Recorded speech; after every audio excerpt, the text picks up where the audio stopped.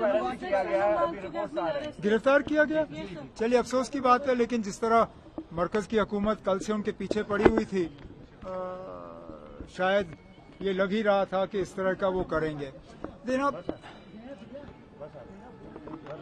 उन लोगों के साथ कुछ वादे हुए जिस तरह हमारे साथ हुए। अब समझ में नहीं आता मरकज की हुकूमत की क्या मजबूरी है कि वादे करने के बाद वो उन वादों से मुकर जाते हैं। हिल काउंसिल के इलेक्शन से पहले मरकजी एक वजीर ले गए थे क्योंकि वहां लोगों ने इलेक्शन बॉयकॉट करने का फैसला किया था। लोगों को इलेक्शन में लड़वाने के लिए कुछ वादे हुए। लोगों ने बढ़ चढ़ के इलेक्शन में हिस्सा लिया, न सिर्फ हिस्सा लिया बल्कि बीजेपी को कामयाब किया। लेकिन वो वादे वहीं रह गए।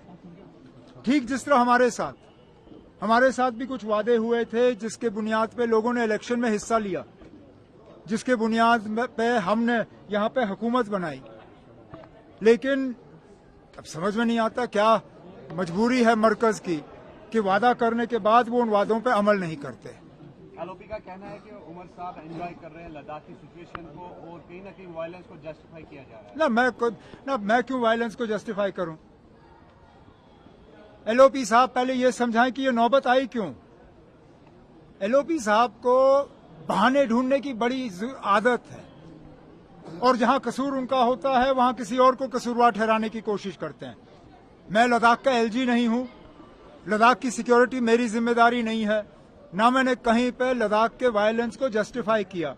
वो जस्टिफाई करे ना कि लद्दाख के साथ जो वादे किए गए उन पे अमल क्यों नहीं हुआ, जो हमारे साथ वादे किए गए उन पे अमल क्यों नहीं हुआ। आखिरकार क्या मजबूरी है बीजेपी की?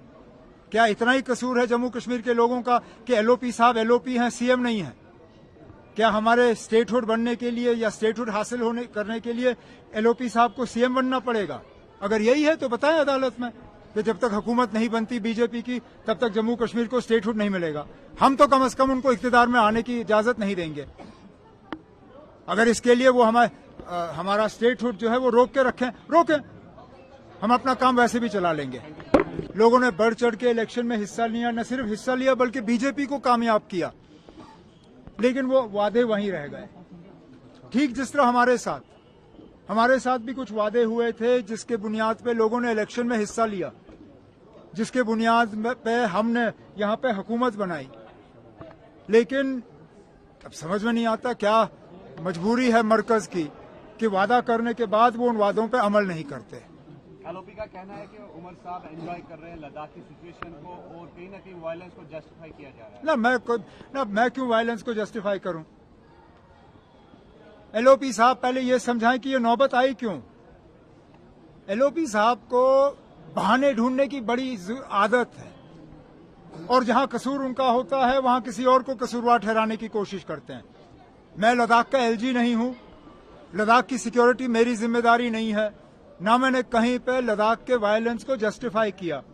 वो जस्टिफाई करे ना कि लद्दाख के साथ जो वादे किए गए उन पे अमल क्यों नहीं हुआ, जो हमारे साथ वादे किए गए उन पे अमल क्यों नहीं हुआ। आखिरकार क्या मजबूरी है बीजेपी की?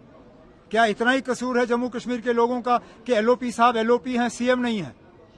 क्या हमारे स्टेटहुड बनने के लिए या स्टेटहुड हासिल करने के लिए एलओपी साहब को सीएम बनना पड़ेगा? अगर यही है तो बताएं अदालत में कि जब तक हुकूमत नहीं बनती बीजेपी की तब तक जम्मू कश्मीर को स्टेटहुड नहीं मिलेगा। हम तो कम से कम उनको इख्तियार में आने की इजाजत नहीं देंगे।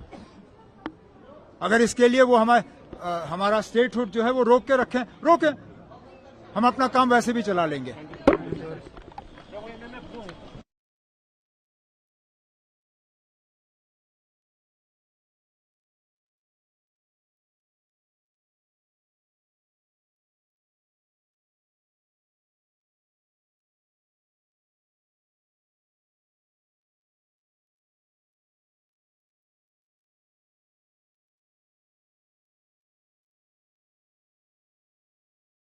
भेजें। गर्मियों की छुट्टी होने वाली थी, मेरे पापा आने वाले थे, तो हम लोग सभी खुश थे। तो मैं एक बेड पे चढ़ के डांस कर रहा था, लेकिन वो पहले ही आ गए।